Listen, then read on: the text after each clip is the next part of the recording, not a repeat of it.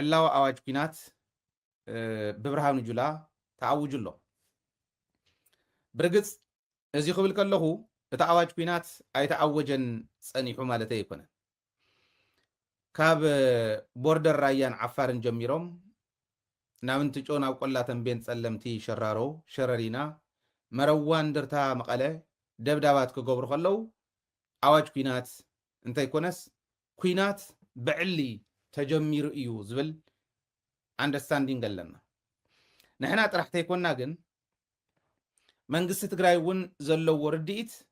እቲ ኩናት ኣብ ልዕሊ ትግራይ ተጀሚሩ እዩ ዝብል ከም ምዃኑ ናይ መንግስቲ ኮሙኒኬሽን ሓላፊ ኣብ ዝሓለፈ ይገልጸልና ነይሩ ለዚ ዕላው ኣዋጅ ኩናት ናይ ኢትዮጵያ ብሚድያ ግን ይገበርዎ ነይሮም ሕዚ ኣብ ኣደባባይ ወፅዩ ብርሃኑ ጁላ ዕላዊ ኣዋጅ ኩናት ዓውጁሎ ኢለ ዝኣምን ኣነ እንታይ ኢሉ ዘሎ ዝብል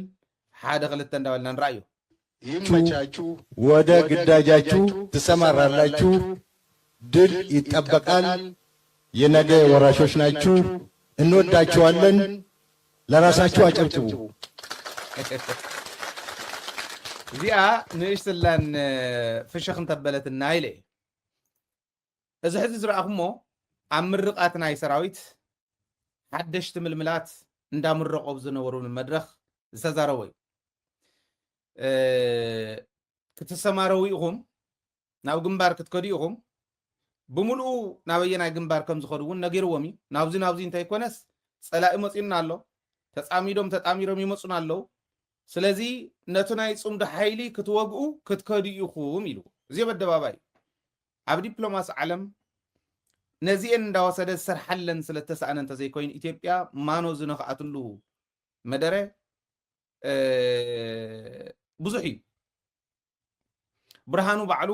ቅድሚ ሕዚ እውን ስለ ናይ ቀይሕ ባሕርን ካልኦትን ጽንሒልና ንሪኦም ኣለውና እዮም ብዝኾነ ኮይኑ እዚ ሕዚ ዝረኣኹሞ መድረኽ ንባዕልኩም መንጨብጭው ኢልዎም ዝኸደ ድል እንጠብቃለን ዓወት ንጽበኻ ባኹም እንታይ ምስ በሎም ናፍቶም ናይ ጽምዶ ሓይልታት ተጣሚሮም ዝመፁና ዘለው ናብኣቶም ክትከዱ ኢኹም ምስ በሎም ማለት እዩ ባንዳ የገዛ አገሩን አደጋ ላይ ለመጣል የሚወራጨው በታሪክ የለመደውን የውጭ ጠላቶችን ጉዳይ ተጭኖ ኢትዮጵያን የማዳከምና የማፍረስ ተግባር መተዳደሪያ ስላደረገው ነው። ጠላትማ ጠላት ነው፣ አስቀድሞ መምታት አሾክሻኪው ነው ብለው አባቶቻችን በነገሩን መሰረት አሾክሻኪውን መስበር እጅግ ጎልቶ የወጣ ወቅታዊ ግዳያችን ነው። መስበሩን ከናንተ ቀድመው የተመረቁት ሰብረውታል። የናንተ ተልኮ የቀረውን ኃይል እንደማይችሉ በማየት ወደ ቀልባቸው ወደ ቤታቸውና ወደ አገራቸው ተመልሰው እንዲመጡ ማስገደድ ነው። ኣብዚ መድረኽ እዚዩ እቶም ናይ ጽምዶ ሓይሊ እቶም ናይ ውሽጢ ዝበሎም ናይ ደገ ሒዞሙልና ይመፁለው ባንዳ ናይ ደገ ሓይሊ ሒዚኡ ዝቃለስ ዓዱ ይበልዕ ይብል ንሕና ናይ ደገ ሓይሊ ሒዝና መፂና ይንፈልጥን ሕጂ እውን ኣይመፃናን ንናጽነት ራእይና ንቃለስ ዘለና ናይ ደገ ሓይሊ ሒዞም ህዝቢ ትግራይ ካብ ህፃን እስካዕ ሽማግለ ንኽፀንት መኪሮም ጭርኦም ደጊሎም ንክኸዱ ስለ ዝገበሮም ሓየት ሰራዊት ትግራይ ከምቲ ዝበሎም ኣሾክሻኪኦም ስለ ዝወቕዖም ጭርኦም ደጊሎም ዝሃደሙ ምጉያይ ምምራኽ ፈቐዶ ዱርን ገደልን ምትራፍ ናቶም ናይ ኣቦታቶም ስለ ዝኾነ ከምኡ ኮይኑ እቲ ጅግንነት ናይ ኣቦታቱ ዝኾነ ስረ ኣቦታቱ ዝዓጠቐ ሰራዊት ግን ነቶም ናይ ወፃእ ሓይሊ ሒዞም ባንዳ ናይ ወፃእ ሓይሊ ይመፅእ ከም ዝበሎ ናይ ወፃእ ሓይሊ ሒዞም ዝመፁ ባንዳታት ዳር ሕርየቶ መሪኡ ናይ ኣቦታቱ ዓወት ደጊሙ ተኣምር ሰሪሑ እዩ እዚ ተገይሩ ንዓና ኣይኮነን ዝብለና ዘሎ ንሕና ናይ ወፃእ ሒዝና ንመፅእ ኣይኮንናን እቶም ትማሊ ንድሕንነትኩም ስግኣት እንተኮይንኩም ክትኣትዉ ትኽእሉ ኢኹም ተባሃሉ ተፈቐደሎም ዝለመዱ ንድሕንነቶም ስግኣት ዝኾነ ካሊእ ሓይሊ ከዓ ክረኽቡ ከለዉ ክኣትዉ ከለዉ ነውሮ ኣይኮነን ምክንያቱ ንድሕንነቶም ስግኣት ዝኾነ ሓይሊ እንተሃልዩ ኣብ ዝሃለወ ይሃሉ ንክኣትዉ ዝፈቐደሎም ባዕሉ እቲ ሕዚ ትርእይዎ ዘለኹም መጅላግ ወዲ መጅላግ እዩ ስለዚ ትማሊ ተፈቀደሎም እዮም ኤርትራውያን እንተኮይኖም ባዕዳውያን ዝበሃሉ ዘለው ባዕድ ሒዝና ይመፃና ንሕና ኤርትራውያን ዓርሶም ኪሎም ይኣትው ኣለው ንምንታይ ትማሊ ንድሕንነትኩም ስጋኣት ዝኾነኩም ሓይል እንተሃልዩ እተው ስለተባሃሉ ትማሊ ንድሕንነቶም ስጋኣት ዘይኮነስ ዋርዲኦም ይወቅዑ ነይሮም ሎሚ ግን ብሓቆም ትማሊ ኣፕሮቭ ተገበረሎም ሎሚ ክጥቀምሉ ትክክል እዩ ሕዚ ንድሕንነቶም ሓደጋ ዝኾነ ሓይሊ ስለ ዘሎ ከመይ ንኣብነት ሶስት ነገሮች ያስፈልጋታል አንደኛ ሰላም ሁለተኛ ልማት ሶስተኛ የባህር በር ኢትዮጵያ መዘጋት አይገባት ህዝባችን አሁን 130 ሚሊዮን ነው በሚቀጥሉት 5 ዓመታት 200 ሚሊዮን ይሆናል እንዴት በ2 ሚሊዮን ማህበረሰብ ጥቅም የ200 ሚሊዮን ህዝብ ጥቅም ይዘጋል ፌር አይደለም ዓለም አቀፍ ህግ አይደለም ሎጂክም አይደለም በጣም አሳፋሪ ነው 30 ዓመት ተኝተናል አሁን ነቅተናል ጥያቄያችን እንቀጥላለን ሰላምም ልማትም ባህር በርም እናሳካለን ባህር በር ላይ እንድንወጣ ያደረጉን ጠላቶች ለ60 ዓመት ለ70 ዓመት የሰሩ ጠላቶች አሁንም ስራቸውን ቀጥለዋል ከባህር በር እንድንወጣ ያደረጉን እነሱ ናቸው እኛ ተሳስተን ተባብረን ሊሆን ይችላል የኛ ልጆች ተሳስተው ትብብር አድርገው የባህር በር ጥቅም ያልገባቸው በወጣትነታችን ተቀስቅሰን አምነን እኩልነት መስሎን ትብብር አድርገን ሊሆን ይችላል ዋነኛው የአጀንዳ ባለቤት ኢትዮጵያን የባህር በር የማሳጣት አጀንዳ ባለቤት ግን ታሪካዊ ጠላት ነው አሁንም ቀጥሎበታል መከላከያ ሰራዊታችን እናጠናክራለን ልማታችን እናፋጥናለን ባህር በር እናገኛለን ስለዚህ ኤርትራ ናይ ድሕንነታ ስጋኣት ዝኾነ ሓይሊ ስለ ዝተረኸበ እንተኣተወት ምንም ክንገብራ ይንኽእል ንሕና ከምታ ዝበላ ንሱ ማለት ታይዲሉና ክነውፆም ይከኣልና ኤርትራውያን ኣትዮም ተጋሩ ክብልዑ ከለው ኢሉና ንምንታይ ተባሂሉ ክሕተት ከሎ ዝመለሶ ኦረድ ትዝረኣናየ እዩ እቶም ትማሊ ኤርትራ ኣትያ ድላያ ክትገብር ትኽእል እያ ተጋሩስ ካዕ ዝበልዐት ኢሎም ዝፈረዱ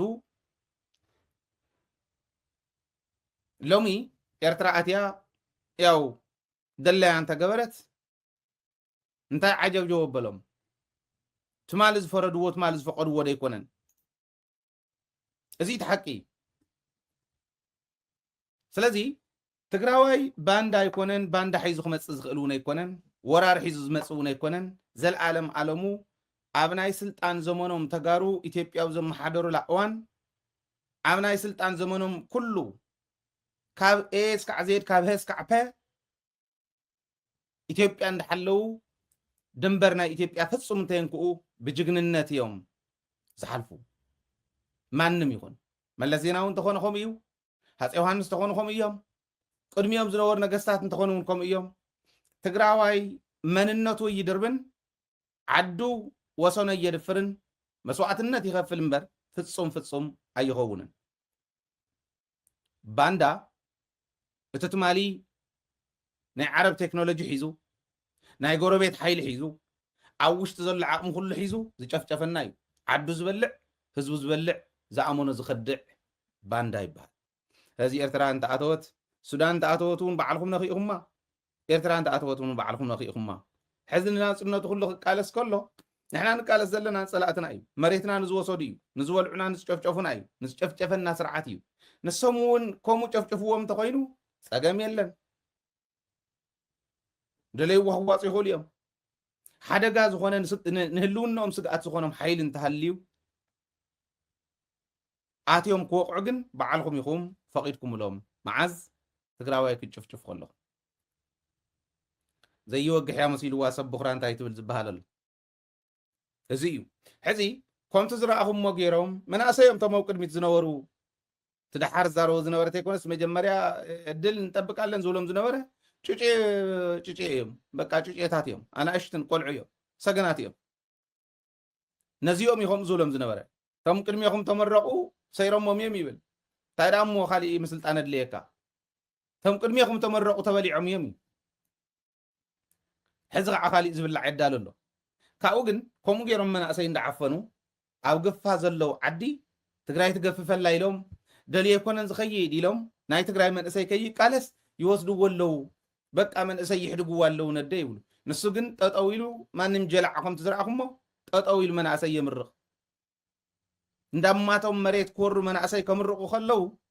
ትግራዋይ መንእሰይ መሬቱ ከይከላኸል ሪሙ ከየምልስ ኖ ከተምልስ ማ ይብልካን እዚ ናይ ወያነ እዩ ይሕድግዎን እዮም ዘሎ ወደ ተልቅሰላ ከነደ ሓዚኑ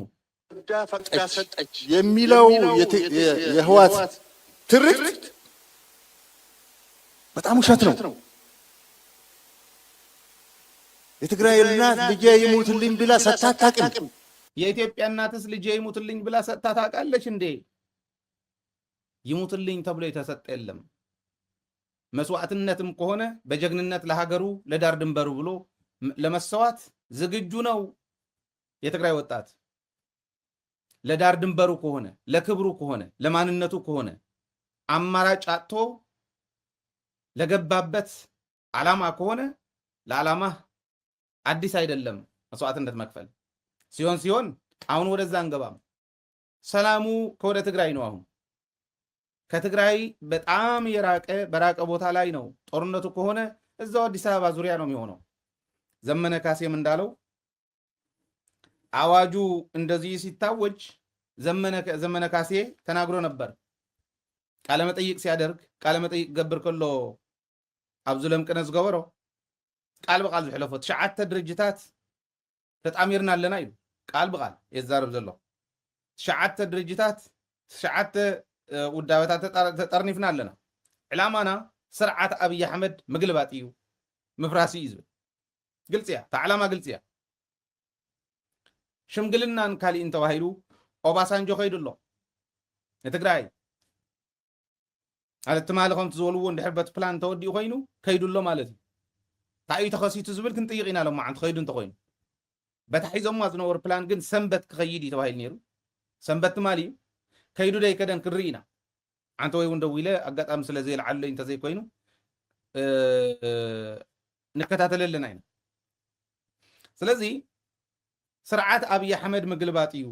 ምፍራስዩ ፀረ ሰብ ዝኾነ ስርዓት ኣሎ ህዝብና ብናጽነት ክነብር እንተኮይኑ ናይ ፋኖ ጥምረት ተፈጢሩሎ ይብል ኣብ መሓራ ዝነበረ ናይ ፋኖ ውዳበ ብሙልኡ ኣብ ሓደ እዝ ኣትሎ ኣብ ወለጋ ዘሎ ናይ ወለጋ ፋኖ እውን ናብ እዝና ኣትሎ ድሕሪ ግን ምስ ናይ ቤንሻንጉል ምስ ናይ በርታ ምስ ናይ ካሊ ምስ ናይ ጋምቤላ ምስ ናይ ትግራይ ዓፋር ሶማሊያ ናይ ኦሮሞ ጥምረት ፈጢርና ኣለና እዩ ሕዚ ጥምረት ፈጢርና ኣለና ክብል ከለውን እታ ዕላማ ግልጽ ገይርዋ እዩ ፋኖ ይዕረቕ ቲዲኤፍ ይዕረቕ እጉግመ ይዕረቕ ካሊእ ይዕረቕ ሕዚ ዕርቅ እንታይ ይኮነ ዕርቅ ጸሊእና ይኮነ ተስርዓት ክወርድ ክኽእል ኣሎ ዕርቅ እውን እንተኮይኑ ትወርድ ዲኻ እያ ሰብኣይ ግን ክወርድ እሞ ይትረፍ ኦረዲ ሓዱሽ ካቢኔ ከጣይሽ ይኸይድ ኣሎ ጸኒሕና ክንሪኤና ተኣምር ክነግረኩም እየ ጀዋር መሓመድ ንምንታይ ላንጋላንጋ ኮይኑ ዝብል ብደንቢ ጭቡጥ መረዳእታ ሒዘ ኣለኹ ክነግረኩም እየ ንሱ ይጽናሓልና ሓዱሽ ካቢኔ ከጣይሽ ኣብይ ኣሕመድ ዝብል ካሊእ ርእሲ ስለ ዘለና ንምፃእ ዘመነ ካሴ ከምኡ ክብል ከሎ ዘቕመጦም ነይሩ ዕላማ ናይቲ ጸላኢ ናይ ኩልና ጸላእ ዝኾነሉ ዕላምኡ ሓንቲ ንሓንትን እያ እዩ ስልጣነ ሰሜናውያን ስልጣነ ናይ አቢሲኒያን ዝብልዎም ንሶም ምሕዳግ እዩ ስልጣንን ምሕዳግ እዩ መሬት ምሕዳግ እዩ ቅርሳ ቅርሲ ምሕዳግ እዩ ንኣብነት ኣክሱም ዶ ካሊእ ዶ እንዳበሉ ነይሮም ንሱ ጥራሕ ግን ከይመስለኩም ጉድ ከሪኦኩም ይሕዚ ተመልከት እዚኣ ራእይዋ አሁን የአዲስ አበባን አጀንዳ ዘግተናል አዲስ አበባ ኦልሬዲ አሳኺዖም እዮም ትክክል እዩ እንድሕር ቀፂሉት መንግስቲ አሳኺዖም እዮም ኦሮሚያ እውን ናይ ኦሮሚያ እውን ናይ ተሃገር እውን ካፒታል ትኹን አዲስ አበባ ተባሂሉ ኦልሬዲ እትዮም እዮም ኣይንውስንን ኢሎሞም ቀደሙ ንስኹም እውን ወሰንተ ይነበርኩምን ፓርላማ እዩ ዝውስን ናብ ፓርላማ ነቕርቦ እምበር እዚኣማ ኣይትኾንን ኢልኩም ኣይትኾኑን ኢሎም ኣይትኾንን ኢሎም ከይፍርሙ ገይሮሞም እዮም ከም ዘለዋ ኦሮሞ ብሕቶኣ ናብ ፓርላማ ወሲድዋ ኣሎ ኣማኸርቲ ኢኹም ንስኹም ኢሎም ሕዚ ናይ አዲስ አበባ ዓፂና ኣለና ባህር ዳር ናይ መን እያ ይብለካ ኣሎ ሕዚ ባህር ዳር ይመፅሉ ንምንታይ ጎጃም ባህር ዳር ናይ ጎጃም ከተማ እዩ ጎጃም ኩሺኻ ስለ ዝብልዎ ንኣገው እውን ከምኡ እዮም ዝብልዎ ኣገው ትግራይን ኣገውን ፈሊኻ ምርኣይ ይከኣል ቅማንትን ትግራይን ፈሊኻ ምርኣይ ይከኣል እታ ትግራይ ስቕ ስለ ትብል ስቕ ዝብሉ ስለ ዝሓዝዋ እንተዘይኮይኑ ኣገው ብዝፀገሞ ቁፅሪ ናብ ትግራይ ዝኸይድ ሓው ህዝቡ ስለ ዝኾነ እዩ ደቂ መሶበ ወርቂ ስለ ዝኾነ እዮም ኦኬ ቅድሚኡ እውን እንተኾነ ኣገው ካብ ትግራይ ፈሊኻ ዝርአ ኣይኮነን ትግራይ ካብ ኣገው ፈሊኻ ዝርአ ኣይኮነን ዓፋር እውን ከምኡ እዩ ቅማንት እውን ከምኡ እዩ ወሎ እውን ከምኡ እዩ ወሎ ትግራዋይ እዩ ምንም ጥርጥር የብሉን ጎንደር ትግራዋይ እዩ ወሎ ትግራዋይ እዩ ኣገው ትግራዋይ እዩ ትግራዋይ ክብል ከለኹ ኣገው ኮይኑ ኣካል ናይቲ ስልጣነ ናይ ኣክሱማውያን እዩ ደቂ መሶበ ወርቂ እዮም ላሊበላ ሰሪሖሞ ካሊእ ተኣምር የብሉን ብደንቢ ጌርና ንረኣዮ ሕዚ ቅማንት እውን ናህና ይብለካ ኣሎ ኣገው እውን ናህና ይብለካ ኣሎ ጎጃም እውን ናህና ይብለካ ኣሎ እዚኣ ሕዚ ቀላል እዩ ዝመስሎ ብስሩኻ ኣምሓራ ዝበሃል ኣሎ ድዩ ይብለካ ኣሎ የኣገው የቅማንት ወይስ የኣማራ ነው ባህር ዳር ናይ መን እዩ ሕዚ ናይ ኣዲስ ኣበባ ስለ ዝዓፀና ንባህር ዳር ንኸደ ኣለና ብለካ ኣሎ እቲ ዕላማ እዙ ምዃኑ ስለ ዝተረድእ ዘመነ ካሴ በላዕቲ ሰብ እዮም ወረርቲ መሬት እዮም ቶም ሕዚ ዝመፁ ዘለው ገዛእቲ መደብ እዙይ እቲ ዕላሙ እሞ ናይ ኩልና ህልውና ከጥፉ ይኸዱ ስለ ዘለው ለዚ ክንቃለስ ናይ ግድን እዩ ክንግልብጥ ናይ ግድን ይብለካ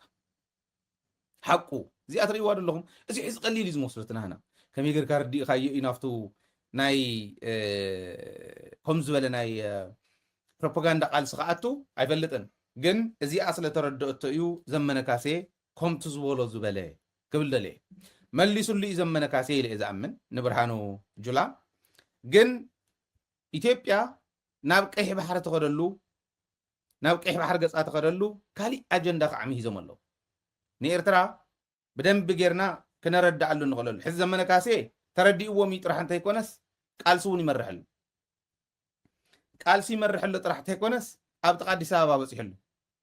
ኣዲስ ኣበባ እውን ከምዚ ሕዚ ርግፀኛ ኮይኑ መፃምዱ ፈልዩ ምስ ትግራዋይን ምስ ካሊእን ክቃለስ ከም ዝኽእል ተረዲኡ ዝኸይድ ዘሎ እዚኡ ብደንቢ ዘመነ ካሴ ዘይምድናቕ ፋኖ ዘይምድናቕ ይከኣልን እስካዕ ዝሓዘ ዘለውዋ ናይ ትግራይ መሪሕነት እውን ፍላይ ወታደራዊ መሪሕነት ዘይምድናቕ ይከኣልን ብዙሕ መስዋዕትነት ኢና ሴፍ ጌርና ብዙሕ ሰብ ካብ መስዋዕትነት ኣድሒና ክብል ደልየ ፋኖ ኣብቲ ላንጋ እንዳሃለወ ብትንትኖ ውፅኦሞ እንዳሃለው ነንባዕሉ እንዳተባልዐ ኣብ ዝነበረሉ እዋን በሉ ንኸይድ ተባሂሉ እንተዝኾን ፍርቁ ፋኖ ናባና ፍርቁ ፋኖ ናፍትዩ ሕምስምስ እያ ክትኮን ነራ ንሕና እውን መስዋዕትነትና ከበዝሕ ነይሩ እዩ ሕዚ ግን ተናቢብ ካብ ዝኽየደሉ እዋን ምብፃሕና ዓብዪ ነገር እዩ ትዕግስቲ ብዙሕ ነገር ከመሪ ይኽእል እዩ ፖለቲካዊ መሪሕነትና ግን ሕጂ እውን እንተኾነ ነቐፌታና ኣብ ኮተሽን ኢኹም ዘለኹም ናይ ውሽጢ ዕግርግር ናይ ውሽጢ ልያቡ ኣፅሪኹም ናይ ደገን ናይ ውሽጥን ሓይሊ ብደንቢ ወዲብኩም ክትመርሑ ኣይከኣልኩምን ሕጂ እውን ክምራሕ ዝኽእል ህዝቢ እዩ ህዝቢ ትግራይ መራሒ እንተረኺቡ መራሒኡ ብደንቢ ዝኣምን እዩ ጓል ኣንስተይቲ ይብል ወዲ ተባዕታይ ይብል ካብ ጥንቲ ሎሚ ዘለና ጥራሕ ከይመስለኩም ካብ ጥንቲ ኣሽሓት ዘመናት ንድሕሪት እንተተመሊስኩም ጓል ኣንስተይቲ ንግስተ ኢሉ ንጉስ ተኽቢሩ ንግስተ ሳባ ኢሉ ንጓል ኣንስተይቲ በቲ ግዜ ንንጉስ ንንግስቲ ኣብ ዝስገደሉ እዋን ንንጉስ ንንግስቲ ኣኽቢር ካብ ዝለኣኸሉ እዋን ተልእኽኡ ተቐቢሉ ዝኸይድ ዝነበረ ህዝቢ እዩ ንግስቲ ኢሉ ጓል ኣንስተይቲ ዘንግስ ኩሉ ክመርሕ ዝኽእል ዓቕሚ ዘለዎ ዓቕሚ ኣለዎ ኢሉ ዝኣምን ዓቕሚ ንዘለዎ ደጊፉ ዝኸይድ ህዝቢ ዓቕሚ ክስእነልኩም ከሎ ግን እናተበጣጠሰ ኸይኸድ ረኽቢ ኣነ ስጋኣት ኣለኒ ክብል ደልየ እዚዩ እግረ መንገዲ ዝጥቁሞ እዩ ሕዚ ናብ ኤርትራውያን ከዓ ንምሳእ ናይ ኣምሓራር ኢና ኣለና እንታይ ይገብሩ ከም ዘለውስ መሬቶም ክወስድሎም ካሊእ ተሪፉስ ባህር ዳር ጎንደር ከባቢ በፂሖም ኣለዉ ሕዚ ቅማንት ኣገው ኣምሓራ ኢሎም እውን ፈላልዮም ኣለዉ ወይ ልሳቶም እውን ናይ ባዕሎም ናይ መንነት ሕቶ ኣለዎም ስኸምኡ ክኾኑ ይኽእል እዩ ንበሎ ግን ባህር ዳር ናይ መን እያ እዩ ኣምሓራ ኣብ ባህር ዳር ከባእስዎ ይኸዱ ኣለዉ ኢትዮጵያዊ ኣብ ኣዲስ ኣበባ ኣባኢሶም 100% ኣረጋጊፅና ኢና ንሕና ናይ ኦሮሞ እያ ኢልና ኣረጋጊፅና ኢና ኢሎም ኣብ ዝኣመኑሉ ከምኡ ኢሎም ኣብ ዝኣመኑሉ ሕዚ ናበይ መፅኦም ነምሓራ ከዓ ሕዚ ንኣገው ንቅማንትን ነምሓራን ኣብ ባህር ዳር ነባእሶም ኢሎም ናይ መን እያ ባህር ዳር ናይ ኣገው ናይ ቅማንት ወይስ ናይ ኣምሓራ ይብሉ ኣለዉ ጎጃም ኩሽ ኢኻ ኢሎም እዮም ስለዚ ናይ ኩሽ እያ ክብልዎ እዮም ኩሽ ኦሮሞ ኢሎም እዮም ስለዚ ናይ ኦሮሞ እያ ክብልዎ እዮም እንዳሰፍሑ ብዝመፁ ቁፅሪ እንዳሓየሉ ብዝመፁ ቁፅሪ ክበልዑካ እዮም ዝመፁ እዚ እቲ ዕላማ ናይ ህዝቢ ኦሮሞ ግን ኣይኮነን ተረድኡ ለይብዚ ደንብ ክንሕዞ ክንክእል ኣለና እዚ ዝተረድአ ናይ ኣምሓራ ተወላዲ ይቃለስ ኣሎ እዚ ዝተረድአ ናይ ኣገው ተወላዲ ይቃለስ ኣሎ ናይ ኣገው ሕቶ ውድቂ ገይሮም ኣለዉ ናይ ክልልነት ሕቶ ፍቲ ምክክር ኮሚሽን ውድቂ ገይሮም ናይ ቅማንት ሕቶ ውድቂ ገይሮም